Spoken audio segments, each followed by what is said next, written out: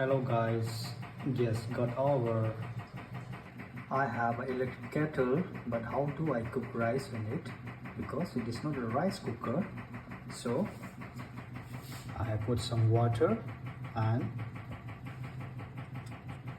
this thing, so that when I put this, the bottom does not come in direct contact with the bottom of this electric kettle. This is required, otherwise it will get shut off due to sensor. So put it like this, put the lid on, then switch on. Do you know you can cook rice in the water kettle? Wow, it's really nice.